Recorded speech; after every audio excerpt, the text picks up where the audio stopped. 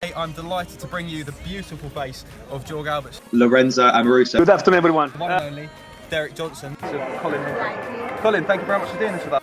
Ray, what do you think about Pedro Caixinha and is he the right? In the video we have Mr. Tom Miller. In this video today, it's obviously with the beautiful face of Lee McCulloch.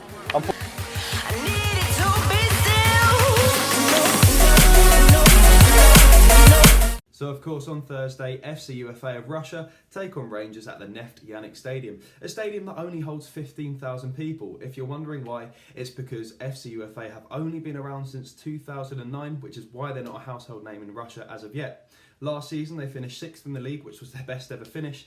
And of course in 2011, a very familiar name to Rangers was managing FC USA, and of course that was Andrei Kanchelskis. Now recently he spoke out in the media and he says that he thinks that this current Rangers team is too strong for FC UFA to overcome, and of course for someone who previously managed them, I think that's a very non-biased comment and it gives us a little bit of hope.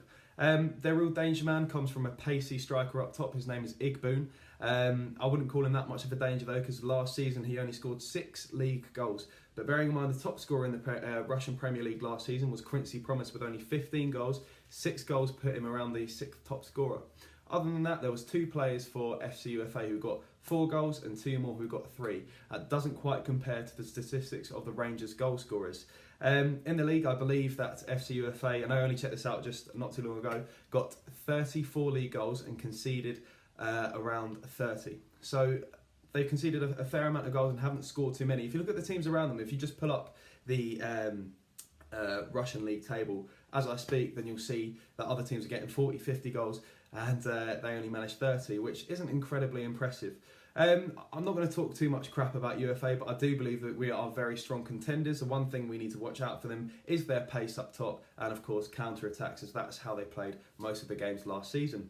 Coming up on Monday, they're going to be playing FC Dynamo Moscow, who used to be a big club, but recently they finished below FC UFA in the table. So it's going to be an interesting match, that one. If they can manage to put one over on FC UFA, their heads are going to go down. And another advantage towards us is the fact that they are playing the day after us and then play us again 3 days after. So we'll have 4 days worth of resting time. They'll barely have around 48 hours.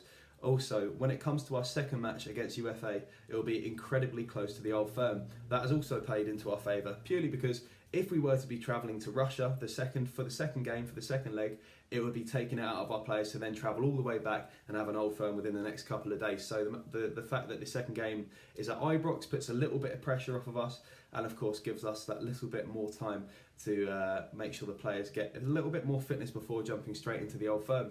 I'm a little disappointed that Barisic is of course going to be cup tied for this game, as he will be for the Europa League games. I feel like this is the type of team that he can play really well against, particularly with the pace that he has to offer at the back.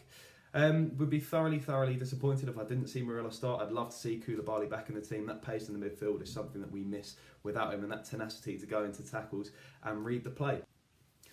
But of course, it is important to note that UFA recently put Progress Niederkorn out of Europa League, and that is a feat that we didn't quite manage to do last season. But let's bear in mind, we were under Pedro Caixinha, and we all know how that turned out for him. Of course, if you're wondering what top I'm wearing, it belongs to the Surrey True Blues. We're located down in Croydon at the Dice Bar. They show all games if they're televised. Of course, not the one that recently wasn't televised in the Europa League. Head on down to the Dice Bar, you have a great time, loads of like-minded Rangers fans. It's just a fantastic feel to the place. Like and subscribe for more, and of course, comment your thoughts on what you expect the game to be below.